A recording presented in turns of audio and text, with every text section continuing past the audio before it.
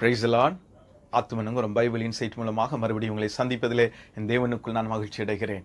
லூக்கா எழுதின சுவிசேஷம் 2ஆம் அதிகாரம் 11, 12 வசனங்களில் வானத்திலிருந்து ஒரு தூதன் தோன்றி அன்றைக்கு பெத்லகேம் வயல்வெளிகளிலே தங்கள் மந்தையை காத்து கொண்டிருந்த மேய்ப்பர்களிடம், இன்று கர்த்தராகிய கிறிஸ்து என்னும் இரட்சகர் உங்களுக்கு தாவீதின் ஊரில் பிறந்திருக்கிறார்.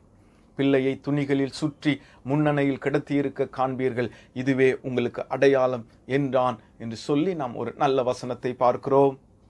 இயேசு நமக்காக இந்த பூமியிலே அவதரித்த, பிறந்த, உதித்த அந்த நல்ல நாளிலே அவர் துணிகளில் சுற்றப்பட்டவராக அடையாளப்படுத்துகிறார். பின்பதாக நாம் சில காரியங்களை பார்த்தோமானால், இயேசு நம்முடைய பாவங்களுக்காக, அக்கிரமங்களுக்காக மரித்து சிலுவையில் இருந்து இறக்கப்படுகிறார்.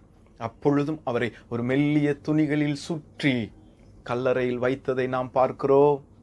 மூன்றாவதாக இயேசு 3ஆம் நாளிலே உயிர்த்தெழுந்த அன்றைய தினத்திலே அவரை சுற்றி இருந்த துணி தனியே சுருட்டி வைக்கப்பட்டிருந்ததை நாம் பார்க்கிறோம். இந்த 3 அடையாளங்களையும் நாம் பார்க்கும் பொழுது, இயேசு எனக்காக பிறந்தார், இயேசு எனக்காக மரித்தார், இயேசு எனக்காக உயிரோடு இருக்கிறார், அவர் சதா காலமும் உயிரோடு உள்ள தேவன், அவர் மறுபடியும் வருவார் என்று சொல்லி நாம் அறிய முடியும்.